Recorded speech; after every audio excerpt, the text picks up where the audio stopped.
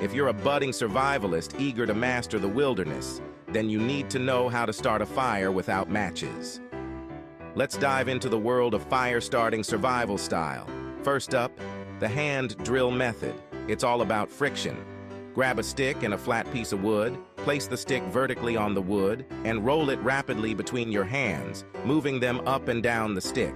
It's like making your music playlist spin without hitting play. Next, there's the flint and steel method. Strike a piece of steel against a flint rock and aim those sparks onto something super flammable like dry leaves or tinder. Think of it like sparking an idea, quick and bright. Remember, whichever method you choose, patience and practice are your best friends here. And voila! With these tips, you'll be lighting fires without matches like a pro in no time. Stay safe and let the sparks fly.